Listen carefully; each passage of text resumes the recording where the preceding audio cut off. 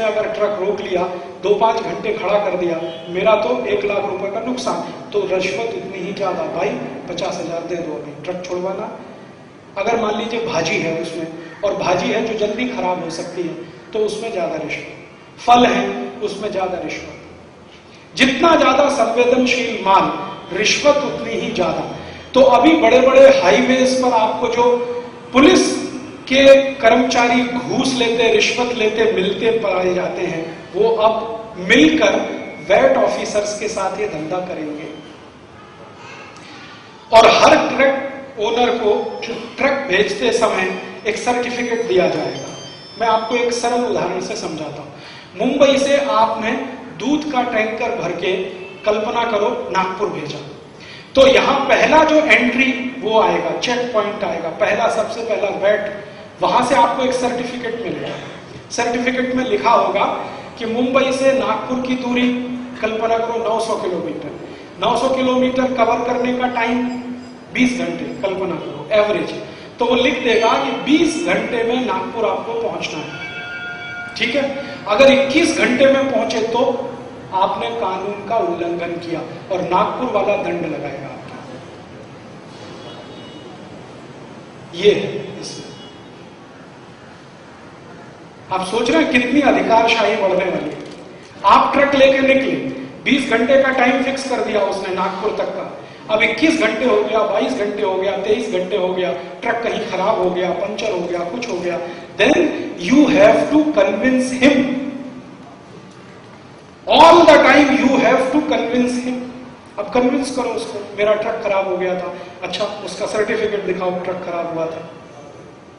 अब आपके पास सर्टिफिकेट नहीं है तो कहेगा तुम झूठ बोलता है, तुमको 20 घंटे का टाइम मिला था, 21 घंटे में आया, 1 घंटे का तुमने ज्यादा समय लगा, पेनल्टी दो, कानून का उल्लंघन हो गया।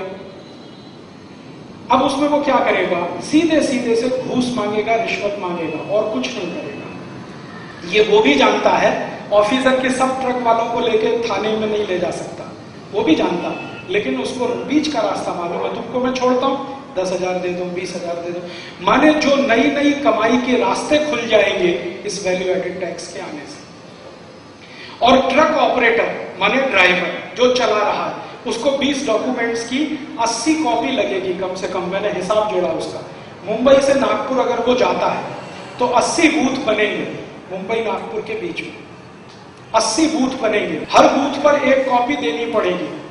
और वो कॉपी में टैक्स इनवॉइस चाहिए, टैक्स आइडेंटिफिकेशन नंबर का सर्टिफिकेट चाहिए, माल जो भरा हुआ है वो कहां से खरीदा है, उस पार्टी का पूरा नाम, पूरा पता, फोन नंबर पूरा चाहिए, वो पार्टी ने कितना वैट पे किया है वो चाहिए, क्वांटिटी कितनी है वो चाहिए, सामान क्या है वो चाहिए, नेट टैक्स क्या पे किया है वो चाहिए, किसको माल लेके जा रहे हो देने के लिए उसका चाहिए।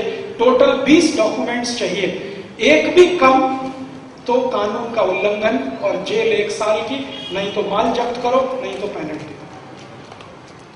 इतनी खतरनाक व्यवस्था। अब मैं आपको दूसरा एक उदाहरण देता हूं यहीं पे। यूरोप के कोई भी देश में महाराज जी, एक देश का माल दूसरे देश में जाए, जर्मनी का फ्रांस में आए, फ्रांस का स्वीडन में जाए, स्वीडन का स्विट्जरलैंड में जाए, कहीं रास्ते में कोई वैट ऑफिसर कभी ट्रक को हाथ भी नहीं दिखा सकता, रोक भी नहीं सकता। चेक करना तो दूर की बात है, कोई नहीं कर सकता ये। और यूरोप में कभी भी आप चले जाइए, ट्रकों की आवाजाही आप देखिए, बिल्कुल बिंदास जाते हैं।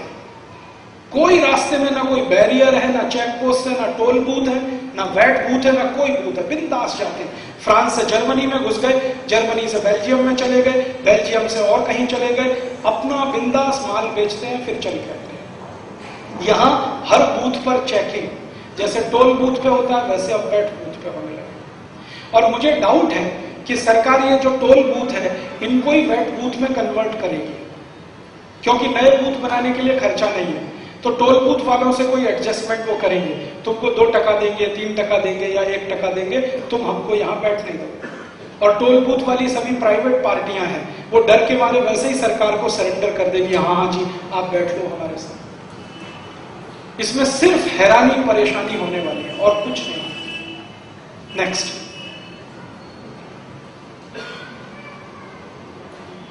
नेक्स्ट,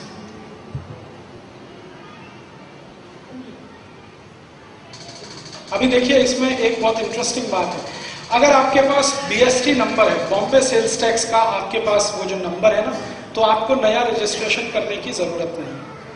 ये आपकी माहिती के लिए, अगर आपके पास BST का नंबर है, पहले से आप बिजनेस करते हैं, तो आपको नया रजिस्ट्रेशन करने की जरूरत नहीं है, एक बात। लेकिन उसके आगे, लेकिन अगर वैट कमिश्नर को लगता है तो वो आपको नोटिस दे सकता है कि आप नया रजिस्ट्रेशन करें, वो नोटिस दे सकता है। जरूरत नहीं है, फिर नोटिस देने का अधिकार क्यों दे दिया आपने उसको? एक तरफ सरकार कह रही है कि BST का अगर नंबर है तो आपको नया रजिस्ट्रेशन करने की जरूरत नहीं, दूसरी तरफ कह रहे हैं कि कमिश्नर आपको कह सकता है कि आप रजिस्ट्रेशन करें। नेक्स्ट, अभी इसमें रिटर्न फाइल करने का है। कुछ लोगों को साल में 4 बार रिटर्न फाइल करना है, कुछ लोगों को 2 बार करना है, और कुछ ऐसे भी धंधे हैं जिनको हर महीने करना पड़े।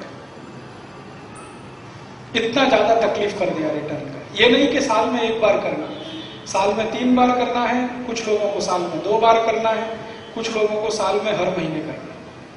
नेक्स्ट, अभी देखिए कमिश्नर आपका कोई भी आपने रिटर्न फाइल किया है, कमिश्नर को पूरा अधिकार है उसको गलत सिद्ध करने का।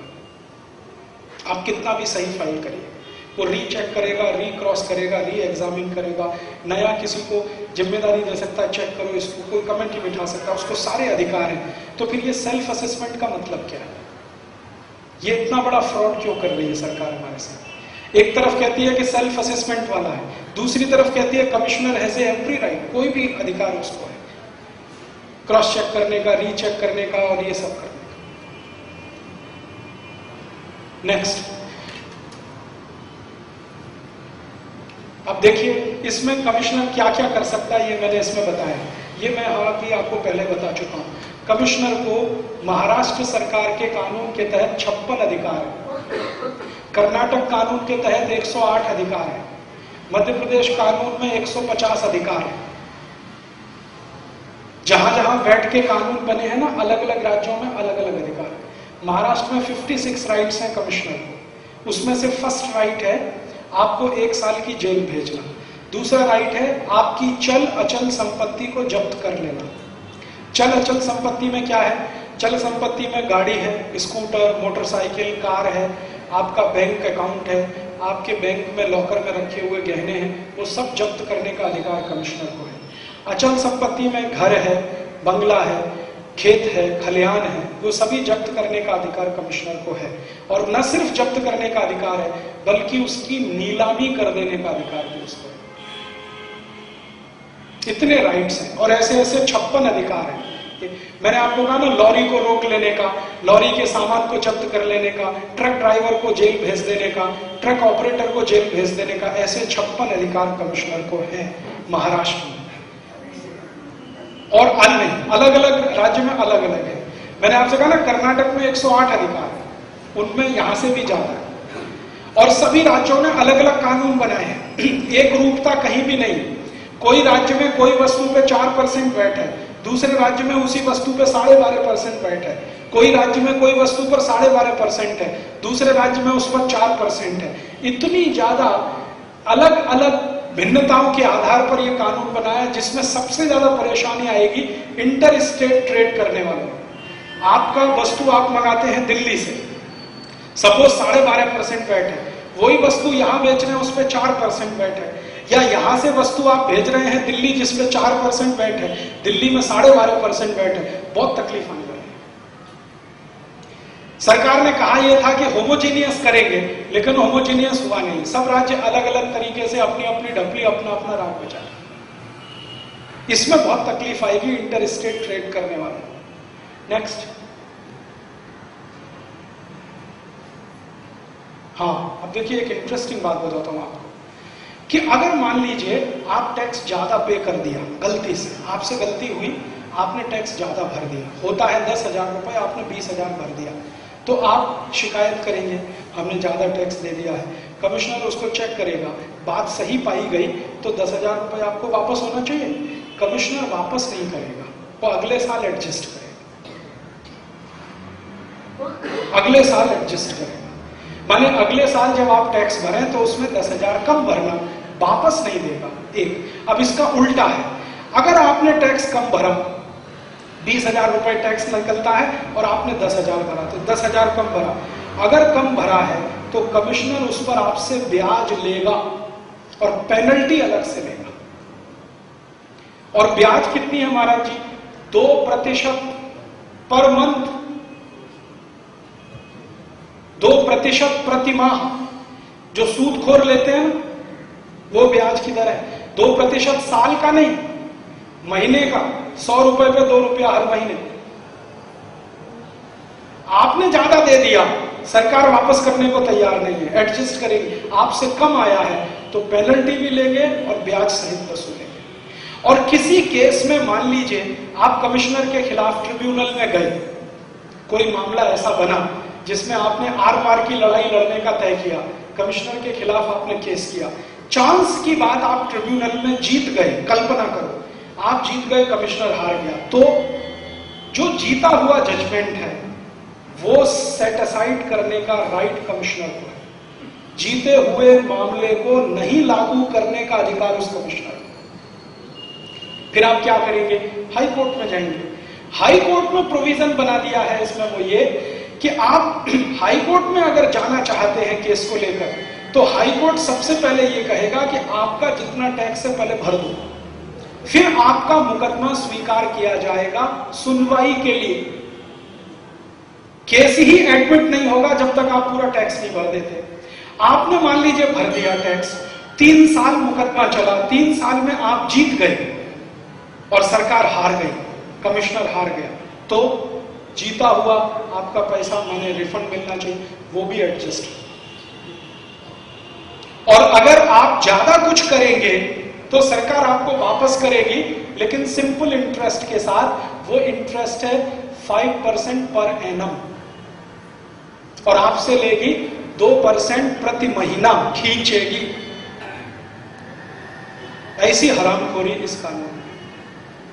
सबसे ज्यादा दुख की बात है, अपने ही राजा हमारे साथ इस तरह की हरामखोरी कर रहे हैं। बाहर वाला कोई आके ये करे तो एक बार को दिल गवाही देता, चलो बाहर वाला है, लूट करने के लिए आया है, यही धंधा है उसका।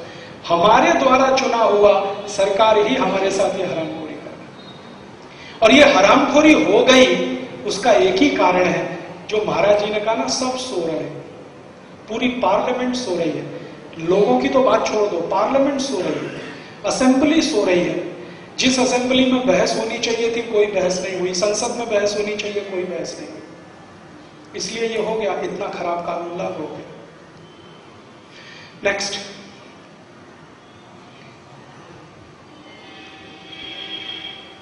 इसको छोड़ दो, ये मैं बता चुका हूं। नेक्स्ट, अब देखो एक चीज और बताओ, अगर आप धंधा करते हैं, रिटेल बिजनेस करते हैं, दुकान चलाते हैं, तो आपको जो कैश मेमो देंगे, अब तो वो कंपलसरी है।